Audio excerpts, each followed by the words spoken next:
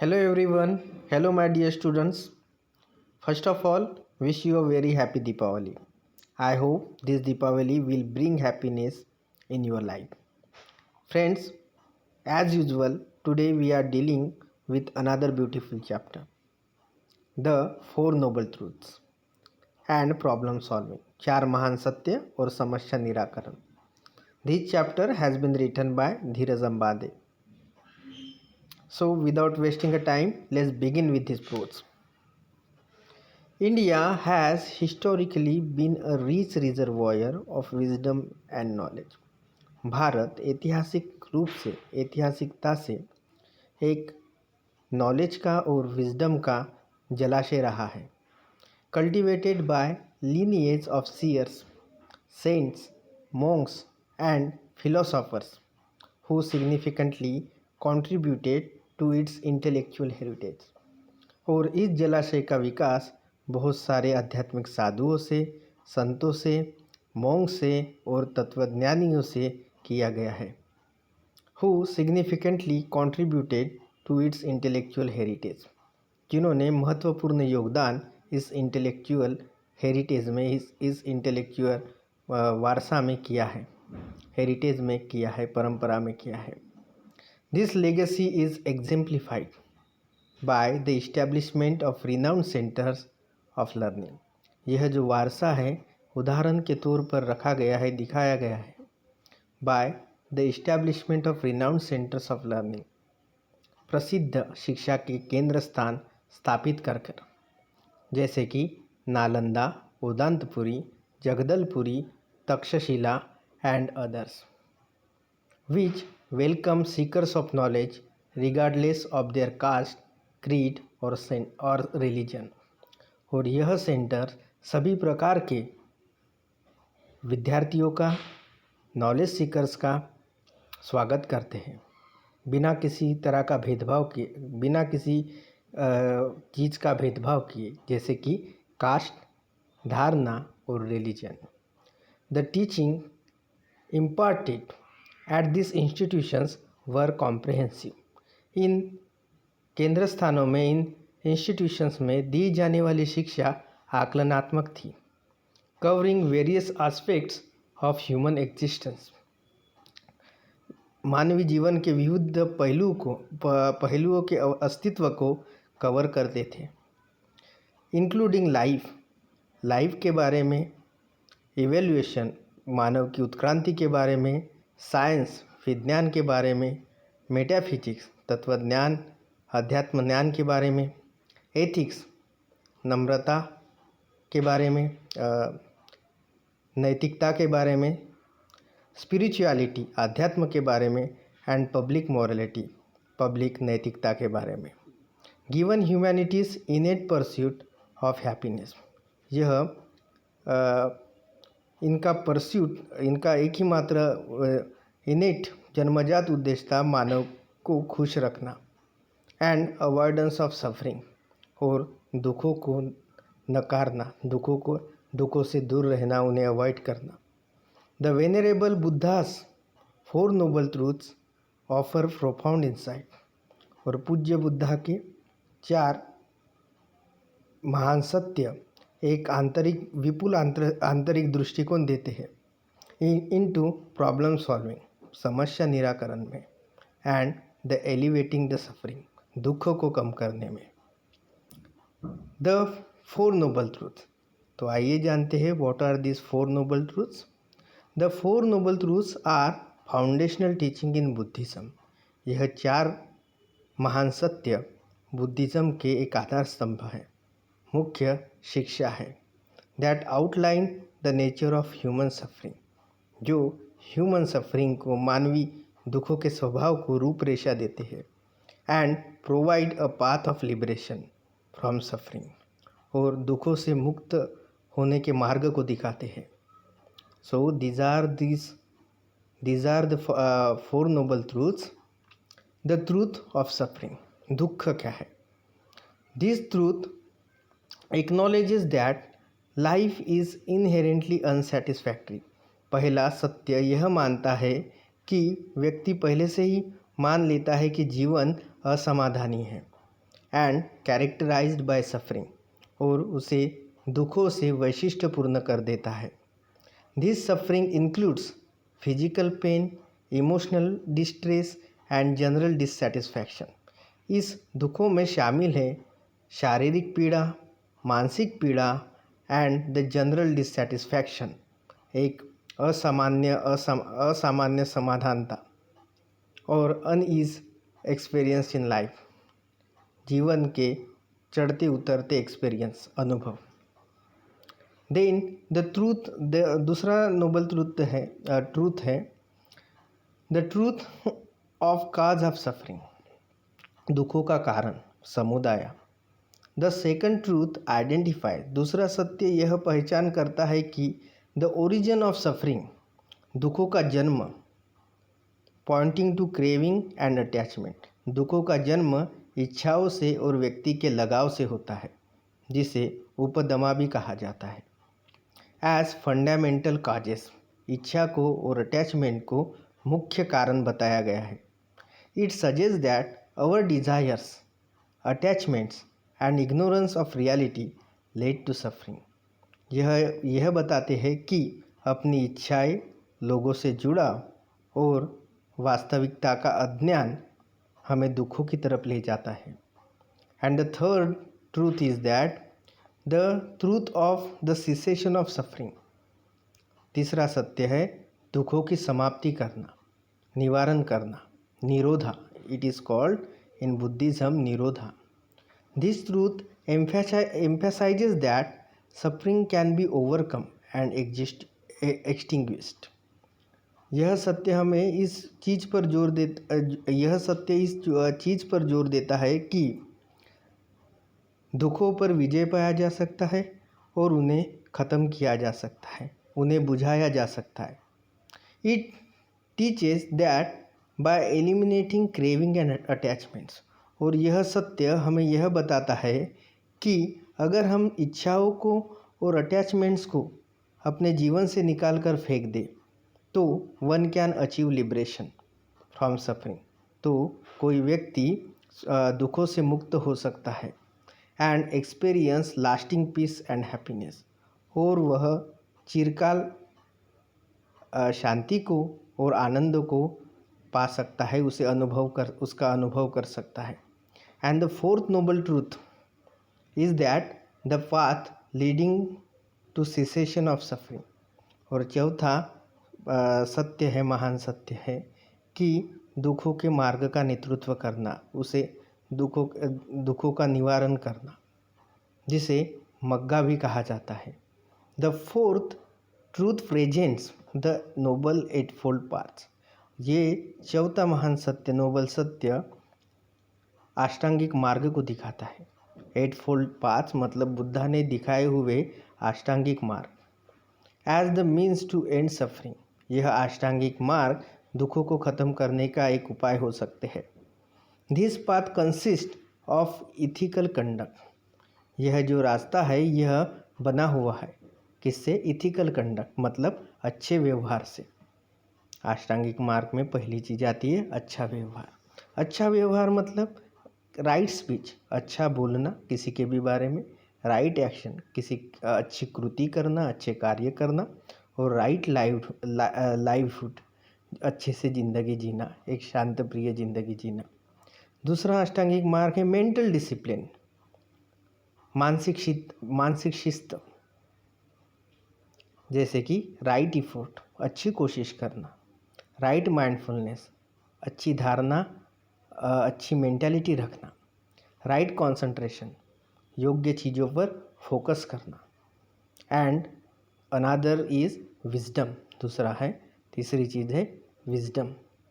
Wisdom is that it is referring to right understanding, अच्छी समझ रखना, राइट इंटेंशन, और जीवन में हमेशा अच्छे उद्देश्य रखना।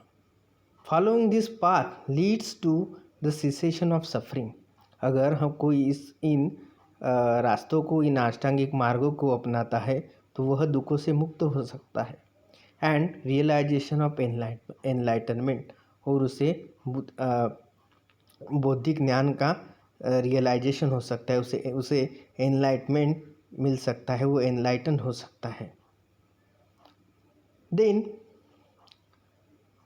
Let's come on the next topic, that is therapeutic use. इन 4 नोबल सत्य को, 4 नोबल ट्रूथ्स को थेरेप्यूटिक यूज़ के लिए भी उपयोग में लाया जाता है। इनका थेरेप्यूटिक यूज़ भी किया जाता है, उपचारात्मक उपयोग भी किया जाता है। केस फार्मूलेशन के लिए, केस फार्मूलेशन किसी भी चीज़ को, किसी भी केस को, किसी भी प्रॉब्लम को सुलझाना। The 4 noble truths can used in therapy. यह जो 4 महान सत्य है, यह उपचार में उपयोग में लाए जा सकते हैं। टू हेल्प क्लाइंट्स को मदद करने में, किसी बीमार व्यक्ति को जो मानसिक रूप से बीमार है, हताश है, निराश है, उसे मदद करने के लिए। Understand the nature of suffering,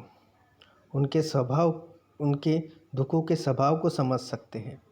and it's underlying causes, और उसके दुख के बुनियादी कारण क्या है, हम इस नोबल ट्रूथ से, इसके थेरेपेटिक यूज़ से हम समझ सकते हैं। Therapist can guide clients in recognizing their psychological reactions. Therapy जो उपचार करने वाला व्यक्ति है, वह उसे मार्गदर्शन कर सकता है अपनी साइकोलॉजिकल रिएक्शंस को पहचानने में।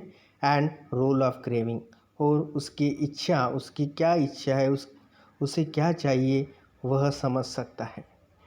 Cleansing and ignorance in their problems, उसे किस चीज़ की पकड़ है, वो किस चीज़ को अपने मन में पकड़े हुए है।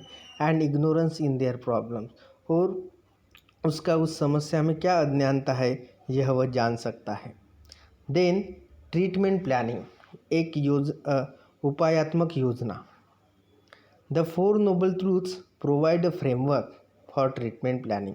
यह जो 4 सत्य है, यह ट्रीटमेंट प्लानिंग का आराखड़ा देते हैं, रूपरेखा देते हैं, एक टेबल देते हैं।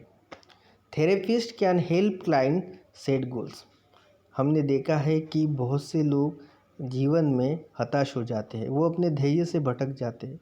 They do not understand that what they want to do in their life. They wonders aimlessly from one place to another. वह एक जगह से दूसरी जगह पर भटकते रहते हैं, उनका जीवन में कोई उद्देश्य नहीं होता। सो ट्रीटमेंट प्लानिंग में therapist can help client set goals. एक उपचार करने वाला व्यक्ति उसके पेशेंट ही कहेंगे हम, पेशेंट को उसका ध्येय निश्चित करने में मदद कर सकता है। And develop strategies to overcome their suffering, और ऐसी स्ट्रैटेजीज को वह विकसित कर सकता है जिससे वह उसके सफरिंग पर, दुखों पर विजय पा सके। By applying the principles of 8 fold paths, अष्टांगिक मार्ग के तत्वों को यूज करके, उपयोग में लाके वह ऐसी स्ट्रैटेजी बना सकता है, विकसित कर सकता है, जिससे दुखों पर विजय पाया जा सके। दिस में इन्वॉल्व कल्टिवेटिंग माइंडफुलनेस। इसमें यह भी चीज़ शामिल है, जैसे कि एकाग्रता का विकास करना, डेवलपिंग इंसाइट, आंतरिक दृष्टिकोण का विकास करना, प्रैक्टिसिंग इथिकल बिहेवियर, और नैतिक व्यवहार का सराव करना। And the another third thing, mindfulness and meditation, एकाग्रता और ध्यान। The 4 noble truths are closely linked to mindfulness and meditation practice. यह जो 4 महान सत्य है, यह माइंडफुलनेस से और मेडिटेशन प्रैक्टिस से जुड़े हुए हैं। Therapist can incorporate mindfulness techniques. Therapist जो है, उपचार करने वाला जो व्यक्ति हो, वो इनकॉर्पोरेट कर सकता है, शामिल कर सकता है माइंडफुलनेस टेक्निक को, एकाग्रता की कौशल्य को, कला को, टेक्निक्स को, इनटू थेरेपी, उसके उपचार में, इनटू थेरेपी सेशन, उसके उपचारात्मक सेशन में। To help clients become more aware of their suffering, और इससे वह क्लाइंट्स को अपने दुखों के बारे में अवेयर कर सकता है, उसके दुखों के बारे में उसे अवेयर कर सकता है। डेवलप इंसाइट, वह एक अच्छा दृष्टिकोण विकसित कर सकता है। And cultivate peaceful state of mind, और एक मन की शांत अवस्था का वह विकास कर सकता है। Then the fourth, emotion regulation. Emotion regulation is the most important. Emotion regulation मतलब भावनाओं पर नियंत्रण करना। The four noble truths offer a means of emotion regulation. यह जो 4 महान सत्य है वह एक साधन है, उपाय है इमोशंस को उपाय देते हैं इमोशंस को कंट्रोल करने के। By addressing the root causes of suffering, दुखों के मुख्य पीड़ा को संबोध कर। By understanding and letting go of attachments and desire, यह समझकर कि बाय अंडरस्टैंडिंग, यह समझकर, and letting go of attachments, जुड़ाव को त्याग देना, एंड इच्छाओं को त्याग देना। Individuals can reduce emotional distress and find inner peace. इच्छाओं को छोड़कर, इच्छाओं को त्याग कर, किसी से रही अटैचमेंट्स को अगर हम छोड़ दें तो व्यक्ति अपने इमोशनल डिस्ट्रेस को कम कर सकता है और आंतरिक शांति को पा सकता है। Then next come to the another point, that is 4 noble truths and problem solving. Friends, मेरे स्टूडेंट्स, हम इसलिए थोड़ा फास्ट जा रहे हैं कि जो चीज़ें इम्पोर्टेंट हैं हम उसी के साथ डीलिंग कर रहे हैं। Those are not important, we are excluding them. हाँ, हो सकता है कि वेस्टर्न टेक्निक्स किस तरीके से महत्वपूर्ण है यह आपको पूछा जा सकता है। यह पूछा जा सकता है कि what are the western approaches to problem solving. ठीक है, तो आइए देखते हैं 4 noble truths and problem solving, 4 महान सत्य और समस्या निराकरण। Buddhist problem solving is based on the teachings of Buddhism. Buddhist समस्या निराकरण यह बुद्धा के टीचिंग्स पर आधारित है। एंड द 4 नोबल ट्रूथ्स, और 4 महान सत्यों के आधार पर। It offers a unique perspective on problem solving. यह समस्या निराकरण करने में एक यूनिक पर्सपेक्टिव देते हैं that focuses on addressing the root causes of suffering. ये केंद्रित करते हैं दुखों के मुख्य कारण पर, दुखों के मुख्य कारण को संबोधते हैं। फाइंडिंग इनर पीस, और आंतरिक शांति को ढूंढते हैं। Here is an explanation of Buddhist problem solving. यहाँ पर बुद्धिस्ट प्रॉब्लम सॉल्विंग के समस्या निराकरण के कुछ उदाहरण दिए गए हैं, स्पष्टीकरण दिए गए हैं। And why it is consider effective, और बुद्धिस्ट इन 4 नोबल सत्य को और समस्या निराकरण टेक्निक्स को, बुद्धिज़्म की समस्या निराकरण टेक्निक्स को क्यों इफेक्टिव माना गया है यह हम अभी देखेंगे। Problem as a psychological suffering. समस्या यह एक मनोवैज्ञानिक दुख है, साइकोलॉजिकल सफरिंग है। In Buddhism problem is seen as a psychological reaction to situation. Buddhism में प्रॉब्लम को देखा जाता है कि वह एक साइकोलॉजिकल रिएक्शन है टू अ सिचुएशन। कहाँ से? परिस्थिति से आता है। रेफर टू एज अ दुखा, जिसे हम दुख कहते हैं, जिसे हम सफरिंग कहते हैं। This perspective recognizes that problems are not solely external. यह पर्सपेक्टिव यह पहचानता है कि समस्या जो है वह बाहर के वातावरण से, बाहर के परिस्थिति से ही नहीं आती, but also involve internal psychological distress. पर यह व्यक्ति के आंतरिक मन से, उसके साइकोलॉजिकल डिस्ट्रेस से भी आती है। Then understanding the cause of suffering, फिर दुखों के कारण को समझना। Buddhist problem solving emphasizes understanding the cause of suffering. Buddhist समस्या निराकरण यह जोर देता है किस पर? Understanding the cause of suffering, दुखों के कारण को समझने पर। विच इज़ क्रेविंग, बुद्धिज़्म में इच्छा को ही सबसे बड़ा दुश्मन माना गया है। विच इज़ क्रेविंग, वह जानते हैं कि दुखों का मुख्य कारण है इच्छा। क्लिंजिंग, किसी चीज़ की पकड़, किसी चीज़ की जीत, और अज्ञान या फिर किसी चीज़ का अज्ञान। These psychological processes contribute to the perpetuation of suffering.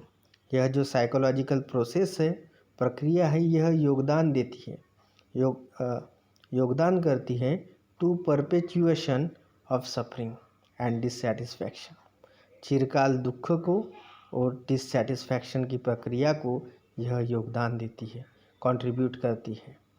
Cessation of suffering, दुखों का निवारण। The goal of Buddhist problem solving is to achieve the cessation of suffering. Buddhist समस्या निराकरण का उद्देश्य है कि वह is to achieve the cessation of suffering,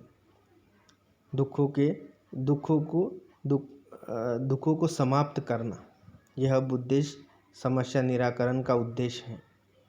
this involves letting go of attachments, उसमें वह कहते हैं, बुद्धिस्ट टेक्निक्स का टीचिंग कहती है कि अटैचमेंट्स को आप छोड़ दो, किसी के लगाव को आप त्याग दो। डिजायर्स, तीव्र इच्छाओं का त्याग कर दो। And illusion of a fix self, और खुद को सर्वस्वी समझना, खुद के ही अहम में रहने के भ्रम को आप त्याग दो।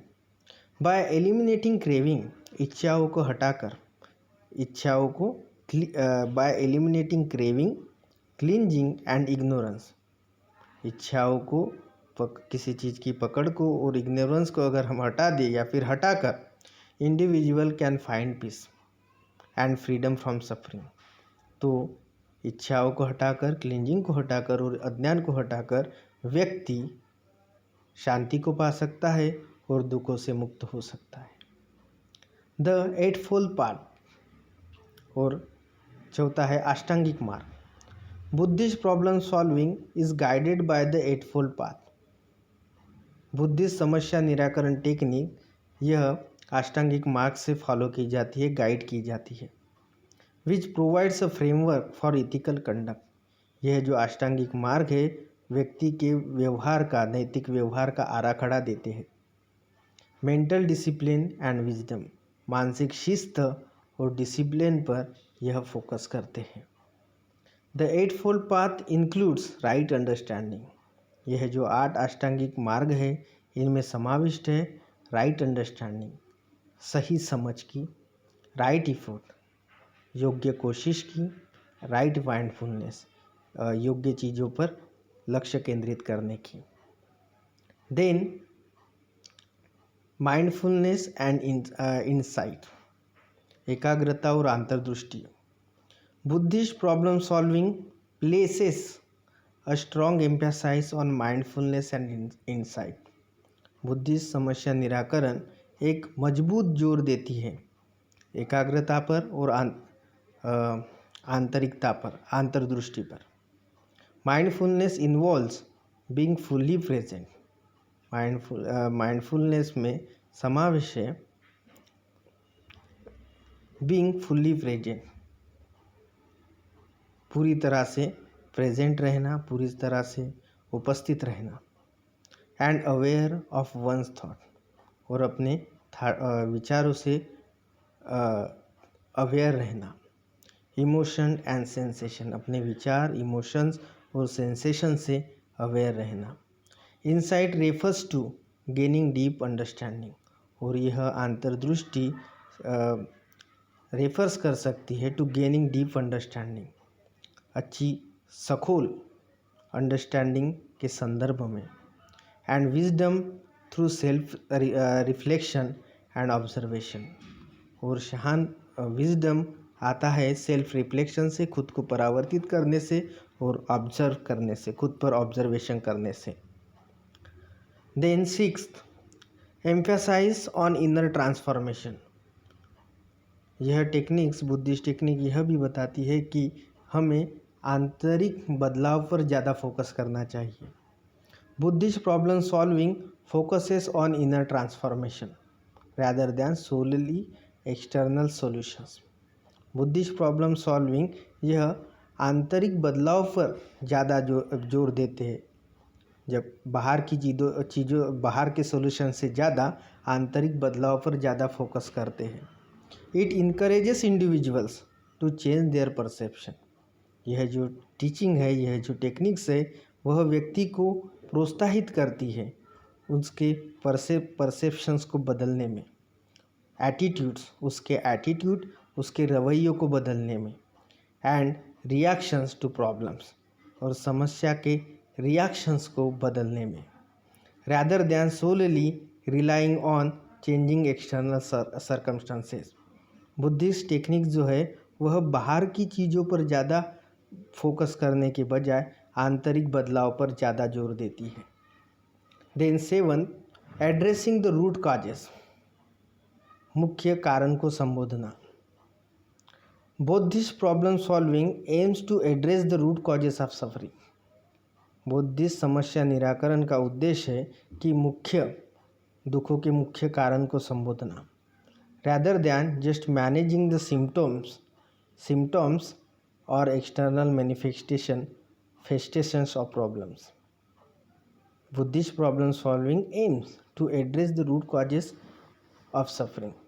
बुद्धिस्ट समस्या निराकरण का उद्देश्य है कि वह मुख्य दुखों के मुख्य कारण को संबोधे, उन्हें डायरेक्ट एड्रेस करे, rather than just managing the symptoms और एक्सटर्नल मैनिफेस्टेशन ऑफ प्रॉब्लम. लक्षणों को मैनेज करने की बजाय और एक्सटर्नल मैनिफेस्टेशन, बाहरी समस्या के बाहरी मैनिफेस्टेशन के बजाय वह सीधा दुखों को संबोधित करता है. By addressing the underlying psychological process, वह सीधा बुनियादी साइकोलॉजिकल प्रोसेस को संबोधता है और उससे individual can experience long lasting and profound changes, और वहीं से व्यक्ति चिरकाल चीज़ों को अनुभव सकता है और उसमें विपुल बदलाव हो सकते हैं. So my dear friends, these are the teachings of Buddhism. These are the things which are used in the therapy. These 4 noble truths are very important. This chapter is very important to the point of view of the examination. I hope you have understood, and I know that आपको ये भी confusion होगा कि sir ने आधा अधूरा पढ़ाया है, but truly I dealt with those things which are important. मैंने उन्हीं चीज़ों पर ज़्यादा फोकस किया है जो इम्पोर्टेंट है. और एक चीज़ जिस पर आपको फोकस करना चाहिए वो है western approaches of problem solving. बस आप उसे पढ़ लीजिए, आप उसे समझिए, उसे समझने की कोशिश कीजिए. So I hope that you will enjoy this lecture. Thank you everyone. Thank you. We will see in the next lecture. Thank you.